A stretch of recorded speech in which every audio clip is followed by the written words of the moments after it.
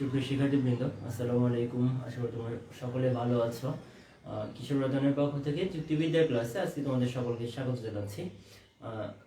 মাঝে গত সপ্তাহে আমরা ক্লাস নিতে পারিনি যুক্তিবিদ্যার, এই জন্য আন্তরিকভাবে দুঃখ প্রকাশ করছি।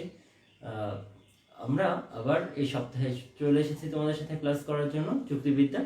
তো যুক্তিবিদ্যার আমরা আজকে তৃতীয় অধ্যায়টা রিভিউ করব। টোটাল আমরা তৃতীয় অধ্যায় কি পড়েছি, আমাদের কোথায় কি আর কি প্রবলেম আছে সেগুলো তোমরা জানাবে, সেগুলো আমরা বোঝানোর চেষ্টা করব তোমাদেরকে। আর একটা টপিক হচ্ছে যেটা আসলে পরীক্ষাতে খুব বেশি ইম্পর্টেন্ট না, কিন্তু সেই টপিকগুলো আমরা বুঝে নেব একটু, যে কিভাবে হচ্ছে কোন কোন বৈশিষ্ট্যগুলো লক্ষ্য রেখে আমরা স্বাভাবিক একটি বাক্যকে যুক্তি বাক্যে রূপান্তর করব, সেটিও আমরা জেনে নিব। ঠিক আছে? আর তোমাদের জন্য তো সুখবর আসছে, কলেজগুলো খুলে দিচ্ছে, শিক্ষা প্রতিষ্ঠান। তো যদি খুলে দেয় ইনশাআল্লাহ ফেব্রুয়ারির মাঝামাঝি থেকে তোমরা কলেজে ক্লাস করতে পারো, হয়তো বা ফেব্রুয়ারি বা মার্চের শুরুতে বা ফেব্রুয়ারির মাঝামাঝি থেকে। এটা খুব ভালো একটা সুখবর তোমাদের জন্য, আমাদের জন্য ভালো লাগার বিষয়। যাই হোক, সুপ্রিয় শিক্ষার্থীবৃন্দ, তোমরা সকলে শেয়ার করে দাও তোমাদের ওয়ালে তোমাদের ক্লাসটি, এবং ফ্রেন্ডদেরকে একটু নক করো যেন সকলে ক্লাস অ্যাটেন্ড করতে পারে। আমরা ক্লাসটি শুরু করে দিব। আমাদের যুক্তিবিদ্যার তৃতীয় অধ্যায় আমি দেখে নেব একটু পরেই তোমরা কে কে জয়েন করেছো। তো তৃতীয় অধ্যায়ে আমাদের যুক্তির উপাদান অধ্যায়টি আমরা পড়ছিলাম, তাই না? তো যুক্তির উপাদানে আমরা মোটামুটি সব টপিক কি বুঝে ফেলেছি, আমাদের ইনশাআল্লাহ কোনো প্রবলেম নাই আশা করি তোমাদের। তো আমরা যেই অংশটুকু আমরা আলোচনা করিনি সেটা একটু বিষয়টা বলে রাখি, সেটা হচ্ছে একটি স্বাভাবিক বাক্যকে আমরা সাধারণ বাক্যকে যুক্তি বাক্যের ফরম্যাটে আমরা আনতে পারি কিভাবে। ঠিক আছে? সাধারণ একটি বাক্য, সেটিকে আমরা যুক্তি বাক্যের ফরম্যাটে নিয়ে আসব। ওকে, যুক্তি বাক্যে নিয়ে আসব। তো যুক্তি বাক্যের ফরম্যাটে আনতে হলে সাধারণ বাক্যের সাথে যুক্তি বাক্যের পার্থক্য তোমরা কোথায় পাবে? সেটা হচ্ছে যে সাধারণ বাক্যে আমরা একটি যুক্তি বাক্যের গঠনের মধ্যে কিন্তু বেশ কিছু বিষয় পড়েছি, তাই না? তোমরা জানো আমরা অনেকগুলো টপিকে কথা বলেছি। যেমন একটি যুক্তি বাক্যে আমরা বলেছিলাম যে সেখানে লাস্ট যে ভাগ করেছিলাম আমরা এ, ই, আই, ও, চারটি যে ভাগ করেছিলাম গুণ ও পরিমাণ অনুসারে। তাহলে কথাটা খেয়াল করো, গুণ, পরিমাণ, এই শব্দগুলি যুক্তি বাক্যের সাথে কিন্তু ওতপ্রোতভাবে জড়িত। তাহলে কোন একটি যুক্তি বাক্যে অবশ্যই পরিমাণ এবং গুণটি থাকতে হবে। ওকে, দেখি কে কে জয়েন করেছো। নওশিন আনাম, ওয়েলকাম আসসালাম, ভালো আছো নিশ্চয়ই। লি আছো, ওকে, গুড নন। তারপরে জুয়েল আছো, সুলতানা আছো, জুয়েল আছো, ভেরি গুড। নিপা, কলেজ কি? হ্যাঁ, কিশোরবাদনের ক্লাস কন্টিনিউ থাকবে তোমাদের জন্য ইনশাআল্লাহ, তারপরও পরিস্থিতি অনুযায়ী সবকিছু হবে আর কি। ভালো আছি মারুফা, ঠিক আছে। তাহলে পলাশ তো রীতিমতো আছো ক্লাসে। রুহি আছো, ভালো আছি রুহি, তুমি ভালো আছো আশা করি। ওকে, এরপরে আসো।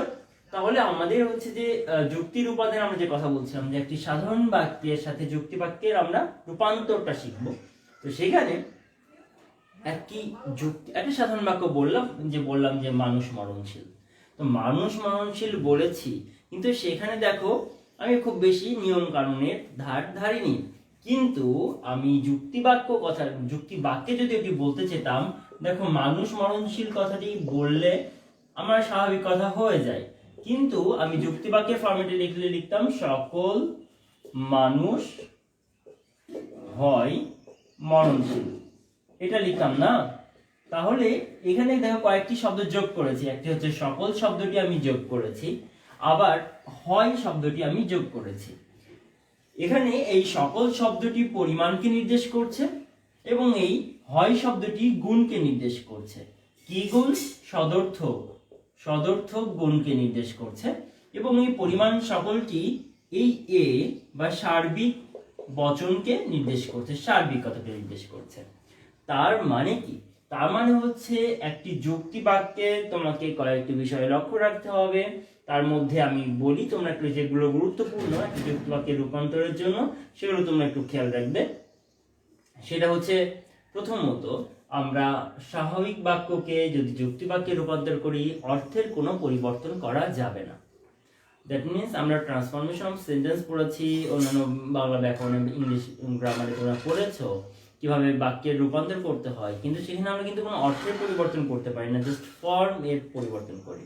আমরা এখানেও সেই রূপের পরিবর্তন করবো, একটা কাঠামোতে নিয়ে আসবো, ঠিক আছে, বাট অর্থের পরিবর্তন করতে পারবো না। মানুষ মরণশীল বলতেও যা বুঝি, সকল মানুষ হয় মরণশীল বলতেও সে একই কথা বুঝি, কিন্তু আমরা যৌক্তিক একটি কাঠামোতে যাওয়ার জন্য আমরা একটি সুনির্দিষ্ট সিস্টেম ফলো করেছি, তাহলে আমরা অবৈধ যুক্তিকে আলাদা করতে পারবো। তাহলে এটা একটি গেল যে আমরা অর্থের পরিবর্তন করতে পারবো না। তারপরে যে বিষয়টি আছে সেটি হচ্ছে যে তোমার অবশ্যই যুক্তিবাক্যের গুণকে সুস্পষ্ট, পরিমাণকে সুস্পষ্ট করতে হবে। গুণের কথাটা পরে আসি, পরিমাণকে সুস্পষ্ট করতে হবে। তুমি উদ্দেশ্য পদে মানুষ শব্দটি ব্যবহার করেছো, এই মানুষ শব্দটি ব্যবহার করার পরও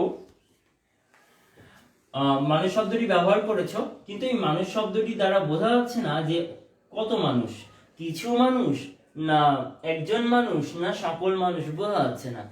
অবশ্যই এটি নির্ধারিত করে দিতে হবে যে এটি সকল মানুষ না কিছু মানুষ, তাহলে সেটি যুক্তি বাক্যটা ফুলফিল হবে।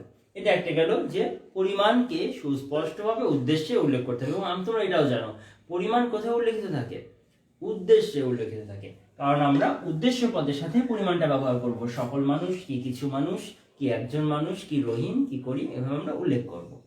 আচ্ছা, আরেকটা এরপরে যে বিষয়টা গুরুত্বপূর্ণ সেটি হচ্ছে গুণকে স্পষ্ট করতে হবে। কি গুণকে স্পষ্ট করতে হবে? যে তুমি মানুষ মরণশীল বললা, হ্যাঁ এটা দ্বারা আমি বুঝি যে মানুষ হয় মরণশীল বলছো, কিন্তু হয় অথবা নয়, হন অথবা নন, এটা দিয়ে আমাদেরকে স্পষ্ট করতে হবে এটি সদর্থক না নৈর্থক যুক্তিবাক্য। তাহলে আমাদের তৃতীয় যে পয়েন্ট, আমরা তাহলে পয়েন্ট কয়টা একটু আমরা একটু নোট ডাউন করব, তোমরা একটু নোট ডাউন করবে প্লিজ। যে নাম্বার 1 সবচেয়ে ভাইটাল যেটা অর্থ, অর্থ অর্থ পরিবর্তন হবে না, অর্থ পরিবর্তন না লিখলাম, শুধু হবে না লেখা লিখছি না। তারপরে 2 আমরা যেটা বলছি যে সুস্পষ্ট পরিমাণ, সুস্পষ্ট পরিমাণ উল্লেখ থাকতে হবে। 3 বলছি আমরা যে সুস্পষ্ট গুণ থাকতে হবে, সুস্পষ্ট গুণ থাকতে হবে। আচ্ছা, এগুলো সব ঠিক করা হলো, কিন্তু তুমি সিরিয়ালটা উল্টা পাল্টা করে দিলা। তুমি বললা যে মরণশীল সে তো মানুষ, এভাবে বললা কাব্যিক ভাষায়। তো কথা হচ্ছে এভাবে যদি বলো তাও হবে না, সেটাকে তোমাকে কি ফরম্যাটে লিখতে হবে? উদ্দেশ্য, বিধেয়, সংযোজক এবং বিধেয়, এই ফরম্যাটে তোমাকে লিখতে হবে। ওকে, এই উদ্দেশ্য সংযোজক বিধেয় এই ফরম্যাটে তোমাকে লিখতে হবে। তুমি মনে করো সাপোজ তুমি বললা যে উল্টা পাল্টা করে, যে বললা যে কি যে মেধাবী, মেধাবী সে, মেধাবী সে একজন, এভাবে বললা মেধাবী সে একজন, তোমার কোনো সিরিয়ালটা ঠিক থাকলো না। এভাবে বললে কিন্তু ভুল হয়ে যাবে। তোমাকে বলতে হবে সে, তারপরে উদ্দেশ্য মিশিয়ে দিলা, সে না বলে তুমি একজন নাম বললা, তারপরে বললা হয় একজন মেধাবী। তা সে হয় একজন মেধাবী বললে তোমার উদ্দেশ্য থাকলো সামনে, তারপরে সংযোজক, তারপর বিধেয়, তাহলে তোমার সেটা স্পষ্ট হবে। কথা বুঝতে পেরেছো? তাহলে আমাদের কি করতে হবে? উদ্দেশ্য, সংযোজক এবং বিধেয় এটি আমাদের সিরিয়ালি সাজিয়ে লিখতে হবে। তো এরপরে আসো আমাদের যে ভাইটাল বিষয় আরেকটি, সেটি হচ্ছে যে আমরা এইগুলো সাজায়ে আমরা এই তো বুঝতে পারলাম যে আমাদের সুস্পষ্ট পরিমাণ থাকবে, সুস্পষ্ট গুণ থাকবে, উদ্দেশ্য সংযোজক বিধেয় থাকবে, অর্থ পরিবর্তন করা যাবে না। এটা হচ্ছে মেইন 4টা আমাদের মূল থিম। এখন একটা স্বাভাবিক বাক্য কোনটাকে আমরা, পরিমাণটাকে আমরা এখন আসি যে সকল লিখবো না কিছু লিখবো, এটা কিভাবে আমরা বুঝতে পারবো। আচ্ছা, বইয়ে কিন্তু তোমাদের 20-22টা অনেকগুলো রুল দেওয়া রয়েছে, অনেক নিয়ম দেওয়া রয়েছে। হ্যাঁ, নিয়মগুলো তোমরা একবার পড়বে, কিন্তু তোমাদের জন্য আমি যেটা বলবো সেটা হচ্ছে যে তোমরা ওই যে বাক্যটি তোমাদেরকে দিয়ে দিবে সেটি তোমরা খুব সিম্পলি সেন্সটাকে ডেভেলপ করবা, সেন্সটা ডেভেলপ করবে। যেমন মনে করো যে আমি যখন বললাম যে মানুষ, এই যে মানুষ মরণশীল, যখন বললাম মানুষ মরণশীল, একটা পদ তোমাকে বাক্য দিয়ে দিলাম, এটা মুছে দিচ্ছি, মেন পয়েন্ট আমাদের লেখা হয়ে গেছে। তো দেখো বলছে মানুষ মরণশীল নাকি, এটা একটা পদ বললো, বাক্য বললো। আরেকটা বললো মনে করো যে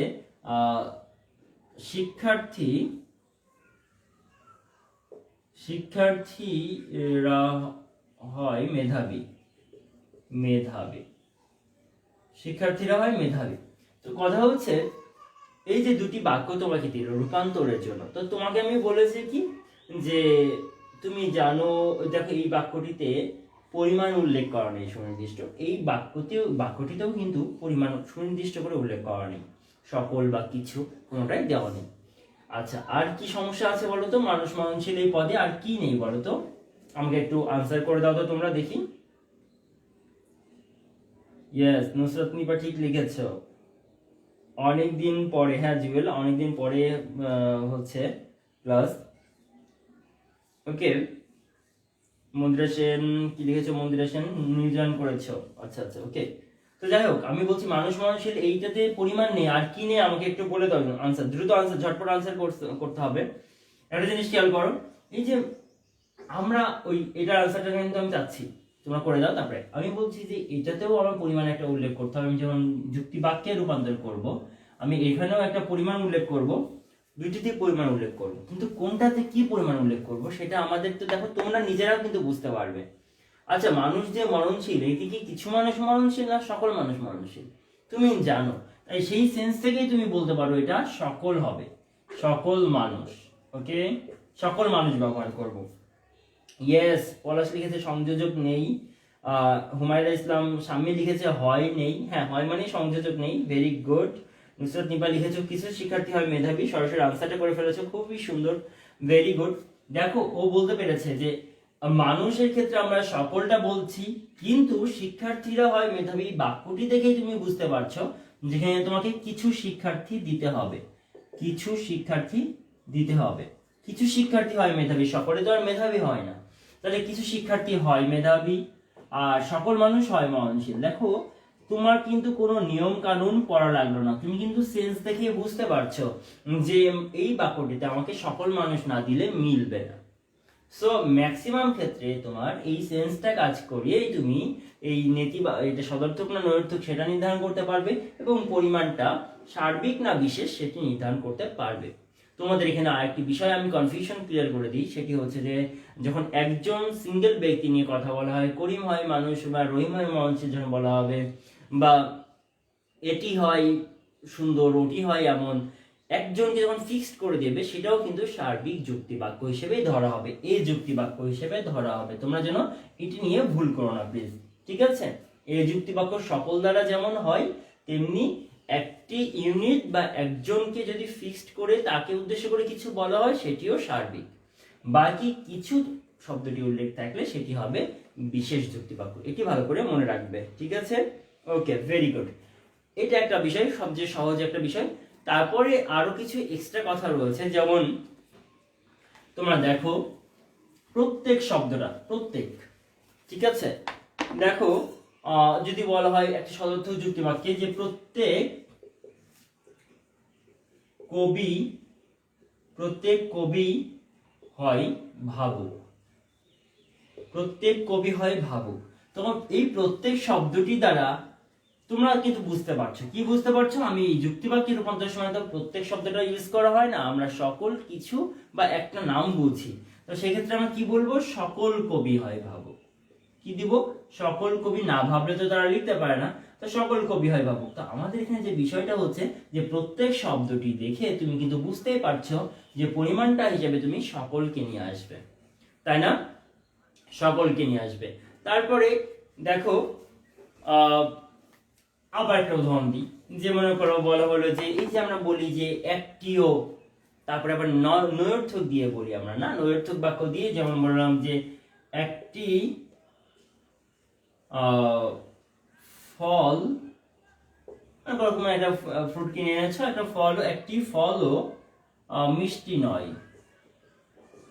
মিষ্টি নয়, এভাবে যখন তুমি লিখেছো এই বাক্যটি কিন্তু যুক্তি বাক্যের ফরম্যাটে নেই, আছে বলো, এখানে সংযোজকটা পিছনে রয়েছে, একটি ফলও লিখেছে মিষ্টি নয়, কোনোভাবে সাজানো নেই, তাহলে তুমি এই একটি ফলও মিষ্টি নয় মানে কি, এটাকে তুমি যেহেতু নয় রয়েছে তুমি এটি ই যুক্তি বাক্যে রূপান্তর করতে পারো, ই যুক্তি বাক্যে, ই যুক্তি বাক্য তোমাদের মনে আছে এটা হচ্ছে সার্বিক নৈর্থক যুক্তি বাক্য, ওকে, সার্বিক নৈর্থক, তাহলে সার্বিক নৈর্থক করলে তুমি কি লিখবে, বলো তো তোমরা কি লিখবে? সার্বিক নৈর্থক তোমরা এটা লিখে দাও, একটি ফলও মিষ্টি নয়। তাহলে এর সার্বিক নৈর্থক করতে হবে, দ্যাট মিন্স ই যুক্তি বাক্য করতে হবে। এটাকে একটু রূপান্তর করে যুক্তি বাক্যের আকারে তোমরা আমাকে একটু বলে দাও দেখি। ওকে, দেখো এটা একটু প্লিজ তোমরা তাহলে আনসারটা আমাকে ঝটপট করে ফেলো। একটি ফলও মিষ্টি নয়, এর আনসারটা তোমরা আমাকে করে দাও। এরপর আমি আরেকটা দিচ্ছি, দেখি তোমরা কারণ বুঝতে পারছো কিনা ব্যাপারটা। ঠিক আছে,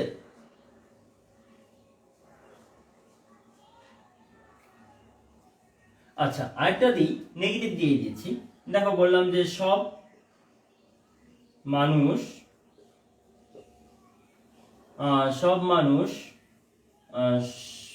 সফল হতে পারে না। সফল না দিয়ে আমি একটু কথাটা অন্য দিই, যে সব মানুষ চ্যাম্পিয়ন হতে পারে না, নাকি চ্যাম্পিয়ন হতে পারে না, হতে পারে না আছে কিন্তু। ঠিক আছে, তাহলে এটা একটি উদাহরণ দিয়েছি, এটা একটি উদাহরণ দিয়েছি। দেখি কে কে আনসার করেছো। প্রশ্নটা ক্লিয়ার বুঝুনি? কি বুঝুনি পলাশ? আমি বলছি একটি ফল ও মিষ্টি নয়, এই বাক্যটিকে তুমি যুক্তি বাক্যের আকারে সাজাবে। তাহলে সাজাতে হলে তুমি কি সংযোজককে মাঝে দিবে, আর একটি ফলকে হয় কোনো অথবা কিছু অথবা সকল এগুলি দ্বারা তুমি রূপান্তর করবে, করে তাহলে তুমি লিখবে। আর এটা হচ্ছে সব মানুষ চ্যাম্পিয়ন। যেমন আমি এটা উদাহরণটা দেখা দিচ্ছি, দেখো একটি ফলও মিষ্টি নয়, তাহলে ফার্স্ট তুমি মাঝখানে নয়টা শব্দটা লিখো। আর তুমি একটি ফলও মিষ্টি নয় মানে কি কোনো ফল মিষ্টি নয়, এটাই তো ব্যাপার। তাহলে কোনো দিব, কোনো ফল ব্যবহার করব শব্দটি আমরা। কোনো ফল মিষ্টি নয় বললে তো তাহলে সিরিয়ালটা উল্টাপাল্টা হয়ে যাবে, আমরা সেই সিরিয়াল উল্টাপাল্টা করতে পারবো না। কোনো ফল নয় শেষে আমরা বিধেয়টাকে দিব, কোনো ফল নয় মিষ্টি। হয়ে গেল, উদ্দেশ্য দিয়েছি, সংযোজক দিয়েছি, বিধেয় দিয়েছি, একই অর্থও রয়েছে। একটি ফলও মিষ্টি নয়, কোনো ফল নয় মিষ্টি, একই কথা, কিন্তু আমি দেখো সুন্দর করে সাজিয়ে ফেলেছি। এবং এটি হচ্ছে ই যুক্তি বাক্য। কি যুক্তি বাক্য? ই যুক্তি বাক্য, কারণ এটি হচ্ছে সার্বিক, মানে সকল ফলের কথা বলেছে, যে আবার নয় বলেছে, নয় মিষ্টি, তাই এটি নৈর্থক, সার্বিক নৈর্থক হলে এটি ই যুক্তি বাক্য। ওকে, আনসার করছো? কোনো ফলই নয় মিষ্টি, সে তো আনসার করে ফেলেছে, ভেরি গুড। সাদিয়া জাহান, কোনো ফল নয় মিষ্টি, কোনো ফল নয় মিষ্টি, কোনো ফল নয় মিষ্টি, বাহ বাহ বাহ। এই নাই মিষ্টি না, তুমি মানে লিখতে ইয়ে করেছো। নুসরাত নিপা আনসার করে ফেলেছো, হুমায়ুন আনসার করে ফেলেছো, খুবই সব ফলই হয় চুকা, এটা আঞ্চলিক ভাষায় বলেছো, যাই হোক কোনো ব্যাপার না। আচ্ছা এখন আসো, তাহলে এটা যেমন তোমরা দেখছো, এটা তুমি কোনো রুল পাওনি, কিন্তু তুমি কিন্তু বুঝতে পারছো তোমরা। এবার আসো, সব মানুষ চ্যাম্পিয়ন হতে পারে না। সব মানুষ, আমরা সব শব্দটা ইউজ করব না, আমরা সকল, কিছু, কোনো। নেগেটিভে কোনো হয় আর কিছু হয়, আর পজিটিভ মানে সদর্থক বাক্যে সকল অথবা কিছু। তাহলে তোমরা বলো সব মানুষ চ্যাম্পিয়ন হতে পারে না, তার মানে কি? তার মানে হচ্ছে কিছু মানুষ চ্যাম্পিয়ন হতে পারে না। সব মানুষ কিছু চ্যাম্পিয়ন হতে পারে না মানে আমরা এটাকে ও যুক্তি বাক্যে রূপান্তর করতে পারি। ও যুক্তি বাক্য তোমাদের মনে আছে যে বিশেষ নৈর্থক। তাহলে এটা আনসার করে দাও আমাকে দেখি। কিছু মানুষ হতে পারে না চ্যাম্পিয়ন। শোনো, কিছু মানুষ হতে পারে না শব্দটা আমরা দিব না, হতে পারে নাটা আমরা ইউজ করব না। ঠিক আছে, আমরা হয় কিংবা নয় ইউজ করব। আমরা হয় কিংবা, তোমার সুন্দর আনসার হয়েছে। কিছু মানুষ হতে পারে না চ্যাম্পিয়ন, তুমি সাজিয়ে ফেলেছো, কিছু বলেছো, খুব ভেরি গুড। কিছু মানুষ, এটুকু আমি গ্রহণ করছি। আচ্ছা, কিন্তু হতে পারে না শব্দটিকে আমি, চ্যাম্পিয়নটা হচ্ছে, কিন্তু এই অংশটাও ঠিক করো, হয় কিংবা নয় দিয়ে বলবে। তাহলে নয় দাও, নয় দিয়ে তুমি এখন বাক্যটাকে কিভাবে বলতে পারো সেটা বলো। কিছু মানুষ নয়, কিছু মানুষ নয় চ্যাম্পিয়ন দিতে পারো, বাচ্চা নয় চ্যাম্পিয়ন হবার যোগ্য বা চ্যাম্পিয়ন যোগ্য। কিছু মানুষ নয় চ্যাম্পিয়ন হবার যোগ্য, বা কিছু মানুষ নয় চ্যাম্পিয়ন, এটাও বলতে পারো। হয় না শব্দটা বলো না মজুমদার প্লিজ, হয় না আমরা ব্যবহার করি না, আমরা হয় কিংবা নয় ব্যবহার করি। হয় মানে হয় হয় ব্যবহার করবো অথবা নয় ব্যবহার করবো, হয় হয় দুইটা চলে আসছে। কিছু মানুষ নয় চ্যাম্পিয়ন হবার যোগ্য, নাকি চ্যাম্পিয়ন হবার যোগ্য। ওকে, তাহলে দেখো খুব ইজিলি তোমরা কিন্তু এগুলো বুঝে ফেলছো। আচ্ছা, এবার এটা তো কিছু মানুষ নয় চ্যাম্পিয়ন, কিছু মানুষ হয় হয় কেন? কিছু মানুষ হয় চ্যাম্পিয়ন, সব মানুষ চ্যাম্পিয়ন হতে পারে না। এটিকে হ্যাঁ আমরা কিছু মানুষ হয় চ্যাম্পিয়ন বলতে পারি, সব মানুষ চ্যাম্পিয়ন হতে পারে না। দ্যাট মিনস কিছু মানুষ হয় চ্যাম্পিয়ন, কিছু মানুষ নয় চ্যাম্পিয়ন, দুটোতেই করতে পারি আমরা, আই কিংবা ওতে রূপান্তর করতে পারি। ঠিক আছে, এটা হবে। হ্যাঁ, ওকে। তাহলে এরপরে আসো আমি আরেকটা উদাহরণ তোমাদেরকে দিয়ে দেখি তোমরা রুল না পড়ে কিভাবে আনসার করবে। দেখো তোমরা সবাই রুল না পড়ে কিন্তু আনসার করে ফেলছো। আমি এটাই চাই আমার স্টুডেন্টদের কাছে, যে তোমরা রুল না পড়েই যেন আনসারটা করে ফেলতে পারো। আলটিমেটলি আমাদের রুলগুলো মনে থাকবে না, তারপর আমরা একবার রুলগুলো পড়বো, সবগুলো উদাহরণ পড়ে ফেলবো তোমরা। আচ্ছা, আমি যদি একটা উদাহরণ দিই যে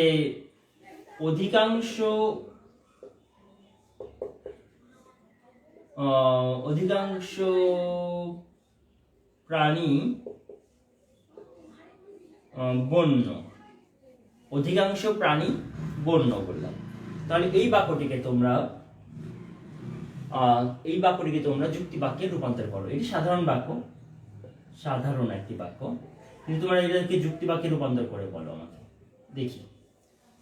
খুব সিম্পল, স্টেপ 3টা। একটা হচ্ছে হয় কিংবা নয় ইউজ করবা, একটা হচ্ছে বন্য, কোনটা বিধেয় সেটাকে বিধেয়তে নিয়ে আসবা, আর কোনটা সাবজেক্ট তুমি বুঝতেই পারছো প্রাণী সেটাকে নিয়ে আসবে। তার আগে পরিমাণটা দিবে, তার আগে জাস্ট পরিমাণটা দিবে, পরিমাণ প্লাস উদ্দেশ্য লিখবে, পরিমাণ প্লাস উদ্দেশ্য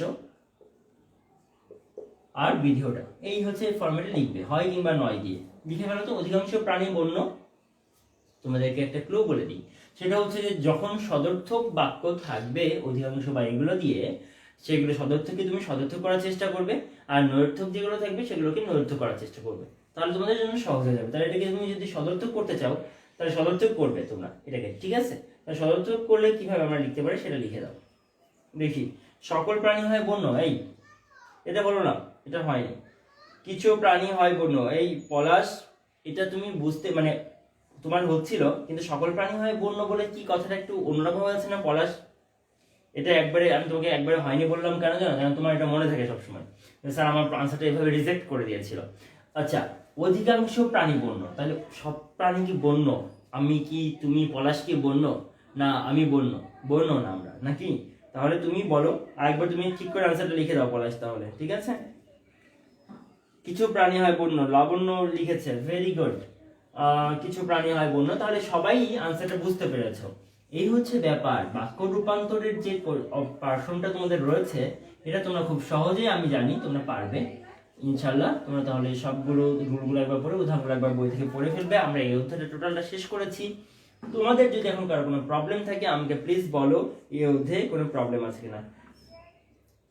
ইমনাম লি, তোমার নাম ইমনাম লি। আচ্ছা, লি কোথা থেকে জানো তুমি? কোন কলেজ থেকে, কোথায় বাসা? তুমি একটু লিখো তো, কোথা থেকে তুমি বলছো? হ্যাঁ, পলাশের আনসার এখন ঠিক হয়েছে, মারুফা মজুমদার। ঠিক আছে, ভেরি গুড। ওকে, তাহলে আমরা এটা বুঝতে পেরেছি। আর তোমাদের এই অধ্যায়ে তাহলে আমাদের শেষ হয়ে গিয়েছে। এই অধ্যায়ে তোমাদের কোনো টপিকে কোনো বুঝতে সমস্যা থাকলে তোমরা আমাকে একটু বলতে পারো।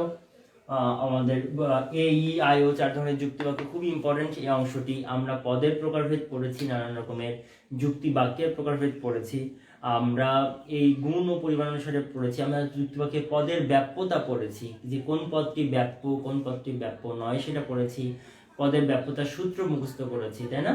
তো সেইগুলো আমরা কিন্তু সবাই পড়েছি। পদের ব্যাপ্যতার সূত্র আমরা পড়েছি, AEIO, কোন কোন যুক্তি বাক্যের কোন পদগুলি ব্যাপ্য সেগুলো দিয়ে আমরা লিখেছিলাম। এই সূত্রটা তোমার মনে আছে কিনা, ইম্পর্টেন্ট।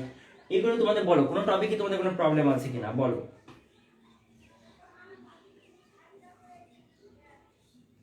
সকল প্রাণী নয় বন্য বলবে না পলাশ, না, এটাকে তুমি আই কিংবা ও যুক্তি বাক্যে, আই যুক্তি বাক্যে রূপান্তর করবে।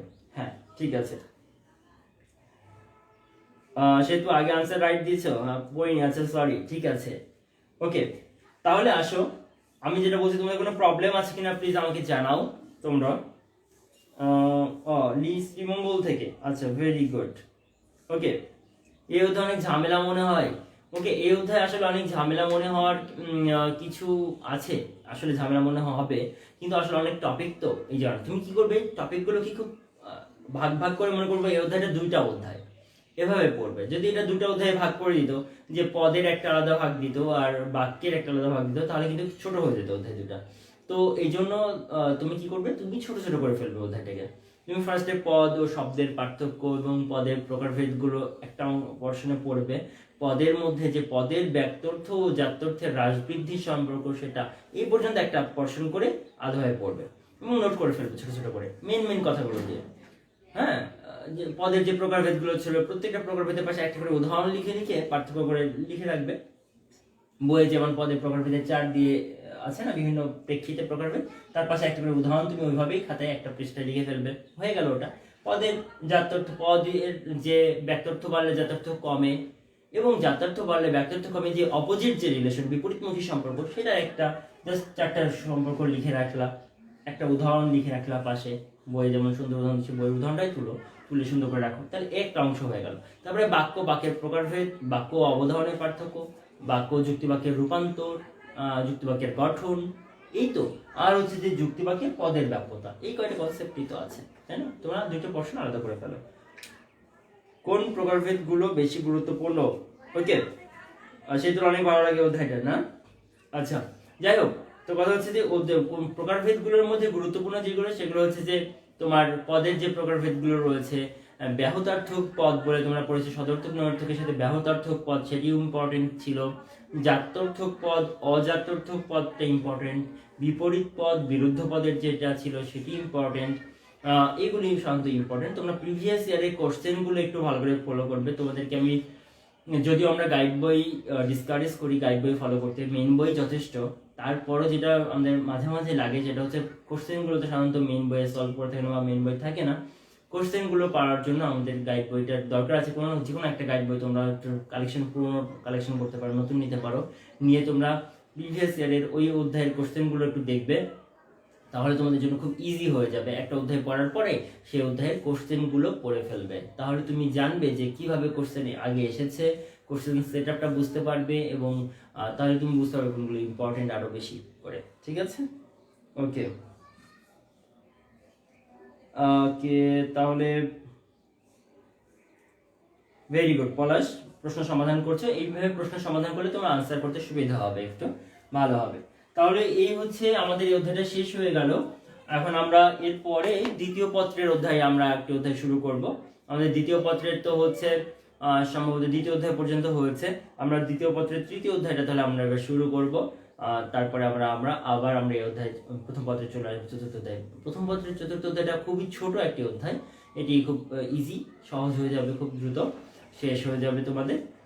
অথবা আমি হচ্ছে আগামী দিন হচ্ছে প্রথম পত্রেরই চতুর্থ অধ্যায়টা শেষ করে দিই, ছোট একটা অধ্যায় একটা শেষ করে দিই। তারপরে তোমাদেরকে আমি বিধেয়কের যে ছোট অধ্যায়টা রয়েছে এটা আমি তাহলে শেষ করে দিই, চতুর্থ অধ্যায়টা। তারপরে আমরা দ্বিতীয় পত্রে যাব, ওখানে তারপরে 3-4 শেষ করবো। আমাদের মোটামুটি এই বছরের সিলেবাসটা খুব দ্রুত শেষ হয়ে যাবে, 5টা করে অধ্যায়। ওকে, আল্লাহ ভরসা। তাহলে ফোকাস বারবার ইয়ে হয়, আপ ডাউন করে, আসলে এটা কিছু করার থাকে না। তো যাই হোক, তোমরা ভালো থাকবে, আমার জন্য দোয়া করবে, তোমরা এই অধ্যায়টা ভালো করে রিভিশন দাও। কার কোনো প্রবলেম তো বলতে পারলে না, আসলে তোমরা সবাই সব কিছু বুঝেছো। আর যারা ক্লাস মিস করেছো তারা তোমরা ইউটিউব থেকে ক্লাসগুলি ডাউনলোড দিয়ে দেখতে পারো, ক্লাসগুলি স্ট্রিমিংয়েও দেখতে পারো, ইউটিউবে সার্চ দিয়ে দেখতে পারো যুক্তিবিদ্যা ক্লাস বলে কিশোর বার্তন লিখতে তোমরা পেয়ে যাবে। তো সেগুলো তোমরা সলভ করে ফেলবে। তোমাদের সকলের জন্য শুভকামনা রইল। তাহলে পলাশ বলেছো চতুর্থ অধ্যায়টা শেষ করতে। ওকে, ঠিক আছে, চতুর্থ অধ্যায় আমরা পড়াবো আগামী দিন। তাহলে আগামীকালের ক্লাস হবে চতুর্থ অধ্যায়। তোমরা সকলের প্রস্তুতি নিয়ে আসবে, সবাই ঠিক 12টার সময় চলে আসবে, 12টা 5-এর দিকে ক্লাসে। ইনশাল্লাহ দেখা হবে। আল্লাহ হাফেজ।